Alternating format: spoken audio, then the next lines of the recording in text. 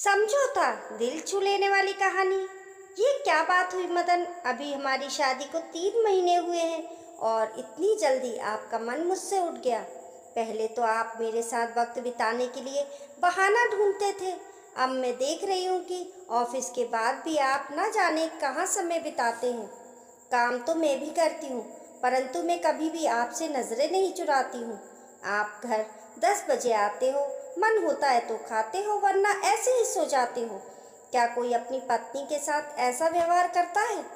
कविता ने आक्रोश भरे शब्दों में अपने पति मदन से कहती है। मदन बोला, क्या तुम इतनी मॉडल होते हुए भी टिपिकल गांव की लड़कियों की तरह बात करती हो? अरे, तुमसे शादी की थी तो क्या ये एग्रीमेंट कर लिया था कि 24 घंटे तुम्हारे साथ ही चिपका रहूँगा? नई नई शादी की बात अलग होती है। अब हमारी शादी को 3 महीने हो गए हैं। भूलो मत, मेरी खुद की भी एक अलग जिंदगी है। और ये तुम्हारा मुझे बार बार टोकना और आक्रोश में बात करना बिल्कुल पसंद नहीं है। मैंने कब तुम्हें अपने दोस्तों के साथ घूमने से मना किया है? इतना कहकर मदन अपनी बाइक लेकर फिर से घूमने निकल गया। तभी दूसरे कमरे से कविता की सास भारती जी बोली, बहू मर्द पर कभी लगाम नहीं लगाई जाती है। अरे, वह अपनी मर्जी का मालिक है। अगर घूमता फिरता है तो तुम्हें क्यों दिक्कत होती है? तो तुम क्या चाहती हो कि मेरा बेटा तुम्हारे पल्लू से बंधा रहे? लड़कियां नहीं है कि इधर उधर भटक जाए और हमारी इज्जत खराब करेगा। तुम तो बस घर गृहस्थी संभालो, मेरा बेटा खुद ही संभल जाएगा। कविता बोली, मम्मी जी, मैं काम में व्यस्त रहती हूँ। इसका मतलब ये नहीं कि मुझे दिखाई नहीं देता। और कहाँ लिखा है कि हर बार बहू की ही गलती होती है? क्या कभी बेटा गलत नहीं हो सकता? और क्या कहा आपने कि लड़की भटक जाती है? अरे, लड़की भटकती नहीं बल्कि लड़के उसे भटकाते हैं। मुझे तो ये समझ में नहीं आता कि ये कैसी मानसिकता है कि लड़की माँ बाप की इज्जत खराब करती और बेटा नहीं। कौन जानता है कल को अगर आपके बेटे ने कुछ उल्टा सीधा काम किया और आपका नाम खराब हुआ तो फिर ना कहना कि सचेत नहीं किया। इतना कहकर कविता अपने कमरे में चली गई। कविता की शादी के शुरू शुरू में सब कुछ ठीक था, परंतु पिछले महीने से मदन का व्यवहार तुरंत ही बदल गया। जिसे एक पत्नी की नज़र देख भी रही थी और महसूस भी कर रही थी, पर बिना सबूत के कविता कुछ भी करना नहीं चाहती थी। समय धीरे धीरे बीत रहा था। कविता ने अपने माता पिता को भी बताया। उन्होंने कहा कि जब तक कोई पुख्ता सबूत ना हो तुम किसी पर उंगली मत उठाना। हाँ, जब सच्चाई तुम्हें पता चल जाए तो अपने कदम पीछे भी मत खींचना। हम तुम्हारे साथ हैं। कविता ने नज़र बनाए रखी और वो हुआ जिसकी किसी ने कल्पना भी नहीं की थी। एक दिन जब मदन दफ्तर से लौटकर आया तो घर में सिपाहियों को देखकर हैरान था। क्या बात हुई? घर में पुलिस क्यों आई है? क्या चोरी हो गई है? अरे, बताती क्यों नहीं हो? बुत बनकर क्यों खड़ी हो? वहीं खड़े दरोगा ने कहा, अच्छा तो मदन आप हैं। आप ये सवाल अपनी पत्नी से क्यों कर रहे हैं? मुझसे पूछिए, मैं आपको बताता हूँ। आपके खिलाफ आपकी पत्नी श्रीमती कविता जी ने एफआईआर दर्ज करवाई है। मदन हैरानी से बोला, एफआईआर? मगर क्यों, किस लिए? कविता से क्या कह रहे हैं? और ये क्या मजाक लगा रखा है? मैं कुछ पूछ रहा हूँ, जवाब क्यों नहीं दे रही हो? मदन आक्रोश से लाल निगाहों से कविता की तरफ करके बोला। जैसे ही मदन कविता की तरफ बढ़ा, दरोगा ने उसका हाथ पकड़कर पीछे खींचा और बोला, अपनी पत्नी के होते हुए दूसरी औरतों के साथ संबंध रखते हो, शर्म नहीं आती? मदन अटकते हुए बोला, संबंध? किसके साथ? किसने देखा? वह हैरानी में इधर उधर देखने लगा और सोचने लगा कि आखिर कविता को उसके और कृतिका के बारे में कैसे पता चला। दरोगा बोला, मदन बाबू, किस किस से पूछेंगे? सारे शहर ने देखा है। तभी तो आपकी पत्नी ने आपके खिलाफ कंप्लेंट की और हमें फिर दर्ज करनी पड़ी। चलो रे, हथकड़ी लगाओ और ले चलो उनके असली ससुराल। थोड़ी खातिरदारी हम भी करें, दरोगा हवलदार से बोला। दरोगा मदन को अपने हाथ से लेकर वहीं कविता चुपचाप खड़ी रही। भारती जी दरोगा के पेड़ पड़ रही थी और कह रही थी, मेरा बेटा ऐसा नहीं है। जरूर मेरी बहू के मन में कुछ चल रहा है, तभी तो वह मेरे बेटे को फंसा रही है। आप ही सोचिए दरोगा बाबू, कोई नई नई दुल्हन अपने पत्नी के खिलाफ पुलिस में जाएगी? अरे बहू, कुछ कहती क्यों नहीं हो? पूरे मोहल्ले में हमारा नाम खराब हो जाएगा। कविता ने एक शब्द नहीं कहा, पर चुपचाप अपनी जगह पर खड़ी रही और पुलिस वाले मदन को लेकर चले गए। मदन के माँ बाप इधर उधर फोन करके मदद की गुहार लगा रहे थे। वहीं कविता अपने पिता को सारी बात बताई और चुपचाप अपने कमरे का दरवाजा बंद करके सो गई। अगले दिन कविता अपने लिए रसोई में चाय बना रही थी तो भारती जी बोली, देखो तो जरा इस लड़की को, लाज शर्म है कि नहीं, अपने पति को जेल भेजकर यहाँ चाय पी रही है। बहू, तुम्हारी शादी को अभी 4 महीने नहीं हुए और तुमने अपने रंग दिखाने शुरू कर दिए। अगर मदन से कोई गलती हुई थी तो तुम उसे समझाती, पर ये सब करने की क्या जरूरत थी?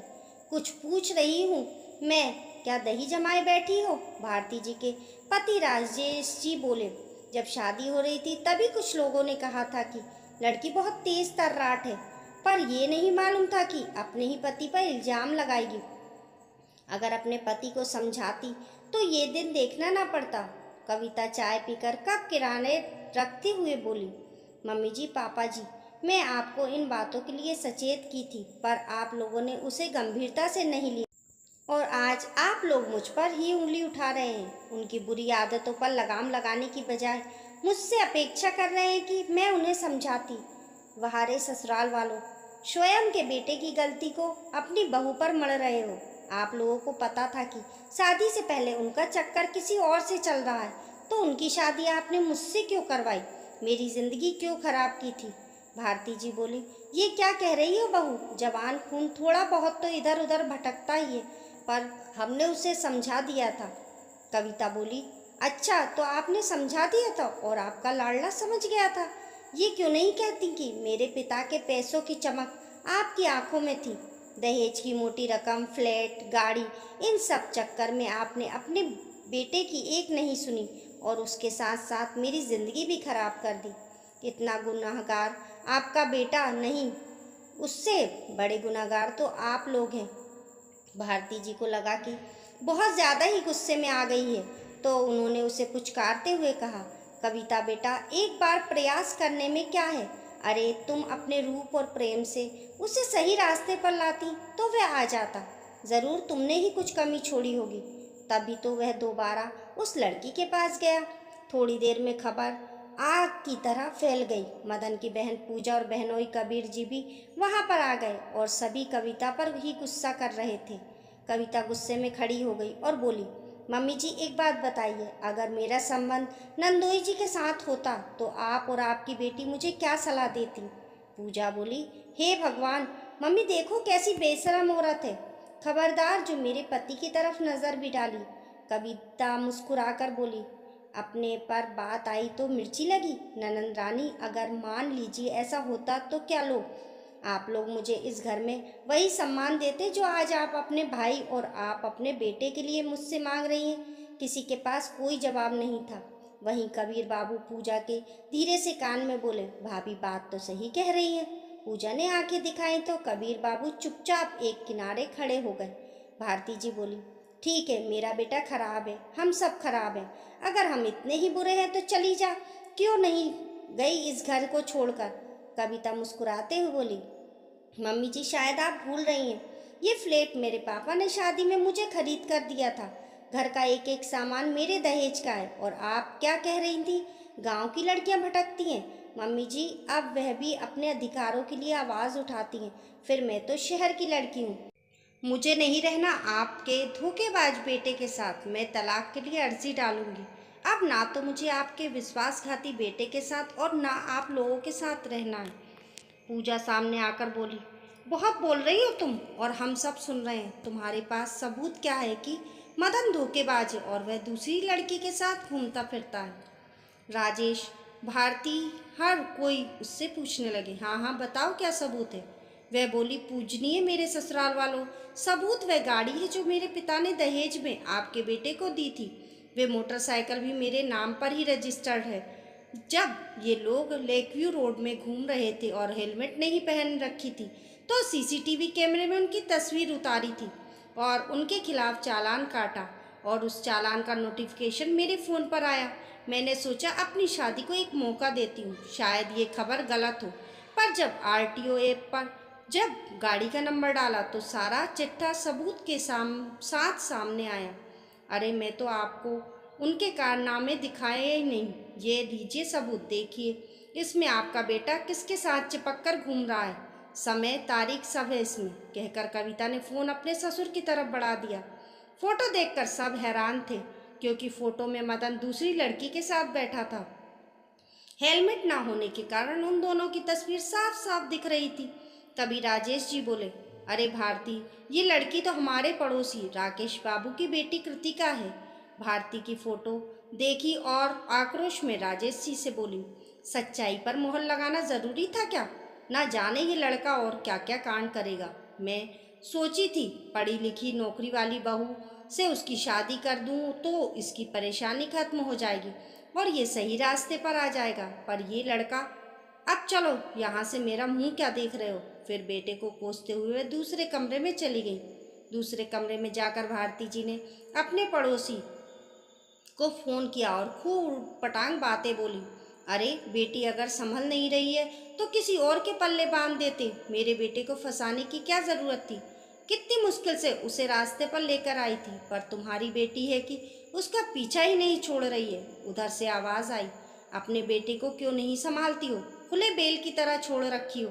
अरे इतनी गुणवंती और रूपवती पत्नी को छोड़कर दूसरी लड़कियों पर नजर डालता है। खराब तो आपका बेटा है जो मेरी बेटी को बहला रहा है।